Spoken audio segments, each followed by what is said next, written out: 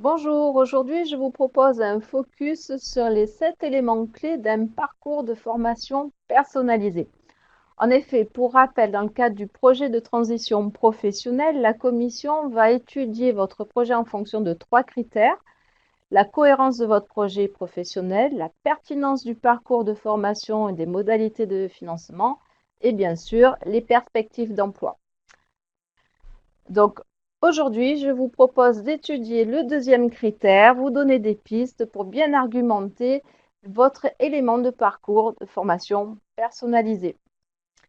Alors, pour rappel, le projet de transition professionnelle vise à changer de profession, de métier. Vous devez avoir au préalable bien étudié votre projet, peut-être avec l'aide d'un conseiller en évolution professionnelle. Donc, la commission analyse votre vision du métier et pourquoi vous avez besoin d'une formation pour accéder à ce métier. En effet, pour certains métiers, peut-être qu'il n'est pas utile d'avoir une formation. Il y a des compétences transférables, vous avez un acquis, un passé, et peut-être que ça peut tout simplement suffire pour accéder à ce nouvel emploi. Donc, vous allez nous expliquer s'il y a besoin d'une formation, pourquoi il y a besoin de cette formation. Même si ça paraît logique, vous voulez devenir infirmière, il faut faire un DE d'infirmier. C'est logique, mais il faut le dire. Vérifiez donc quelle formation permet d'accéder au métier visé. Là, je viens de parler des infirmières, ça va de soi, mais il y a d'autres métiers où c'est un peu plus vague. Vous voulez devenir secrétaire, donc il y a déjà au préalable plusieurs façons d'être secrétaire, secrétaire comptable, secrétaire commercial, gestion, etc. Donc, il y a plusieurs formations qui peuvent accéder à ce métier. Vous souhaitez devenir chauffeur poids lourd, ben, il y a la possibilité soit de passer un permis CE, soit de passer un titre professionnel, conducteur routier de marchandises, par exemple. Pour trouver une formation qui vous correspond, qui soit finançable dans le cadre du projet de transition professionnelle, vous avez un site dédié. En effet, par rapport à nous, il faut que la formation soit inscrite au registre national des certifications professionnelles. Donc, vous allez sur certificationprofessionnelle.fr, certification professionnelle au singulier. Vous tapez le mot-clé de la formation et là, vous verrez si elle est dans les listes, d'une part, et en plus, vous aurez les organismes habilités à délivrer le titre que vous envisagez. Donc, notamment dans le cadre du chauffeur routier, nous ne prenons que les titres professionnels et pas juste les permis. Comment vous allez vous former? Il existe plusieurs façons. Est-ce que ça va être une formation à distance, en présentiel, un mixte des deux? Il faut voir comment vous aimez apprendre tout d'abord et quelles sont vos disponibilités. Donc, réfléchissez à ce que vous préférez. Est-ce que vous préférez travailler en groupe, en solo, dans des cours magistraux, seul chez vous le soir?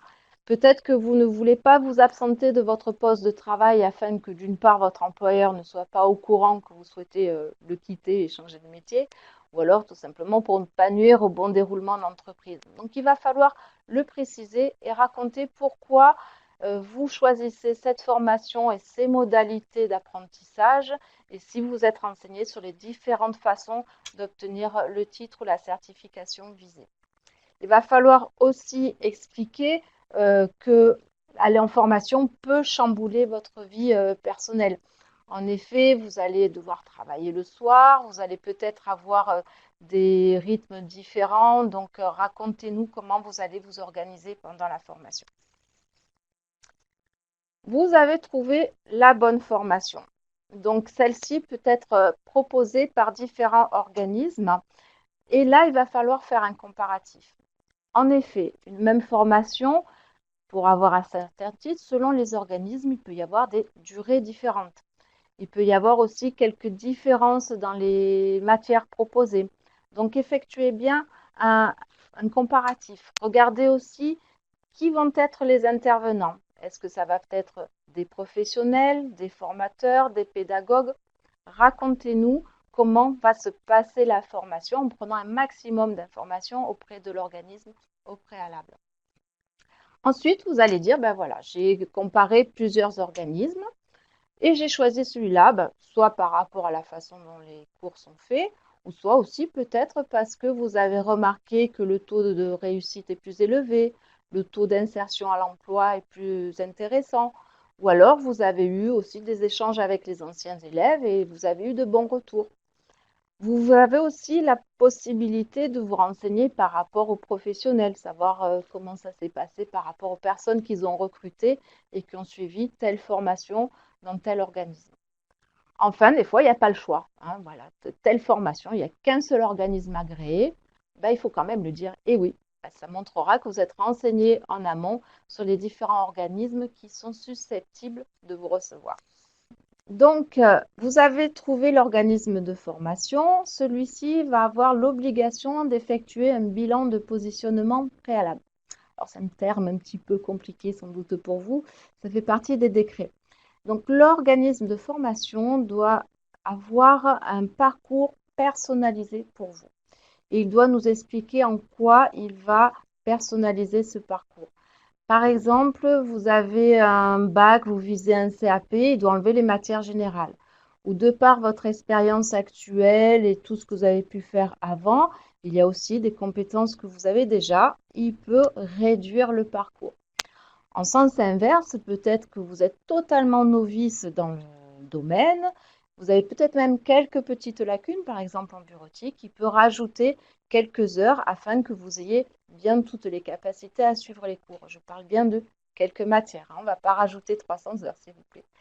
Donc, l'organisme de formation va vous recevoir. Il va peut-être vous faire passer des entretiens, des tests, des mises en situation. Et il va avoir l'obligation, dans la demande de financement, de nous expliquer en quoi il vous propose un parcours de formation tout à fait adapté à vos besoins. Attention, les commissions sont très vigilantes à ce sujet et regardent très en détail à la fois les CV, votre parcours, ce que vous racontez et ce que veut bien raconter l'organisme de formation. Autre point, dans la pertinence de parcours, il est associé le terme modalité de financement pour voir si vous êtes bien au courant. En effet, partir en formation, c'est pas léger, c'est pas une ligne droite. Il peut y avoir des répercussions. Par exemple, vous partez en formation, vous allez peut-être avoir des frais supplémentaires. Achat de matériel, frais d'inscription, frais de déplacement, peut-être même des frais de garde d'enfants. Vous allez aussi peut-être avoir des frais par rapport à votre rémunération, le coût pédagogique. En effet, bon, il nous arrive d'appliquer des barèmes.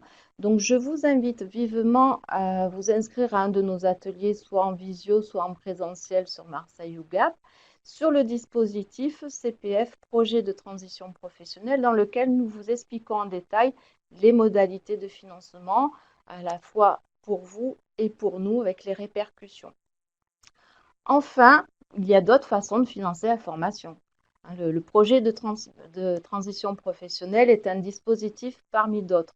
Donc, renseignez-vous aussi sur les autres modalités de financement et expliquez pourquoi vous faites appel à nous. Des fois, il n'y a pas le choix. Dernier point, un cofinancement de votre employeur si vous êtes actuellement en emploi peut être envisagé. Et là aussi, vous nous le racontez.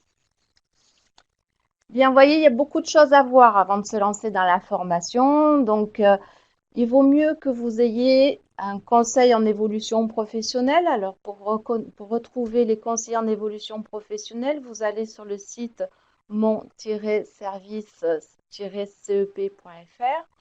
Vous avez nos ateliers, nos permanences téléphoniques, notre site. Donc, je vous invite aussi à nous contacter au 04 91 13 93 80. Bien sûr, retrouvez toutes nos vidéos explicatives à la fois sur le projet, sur le financement, qu'est-ce que Transition Pro, etc. sur notre site, sur les réseaux.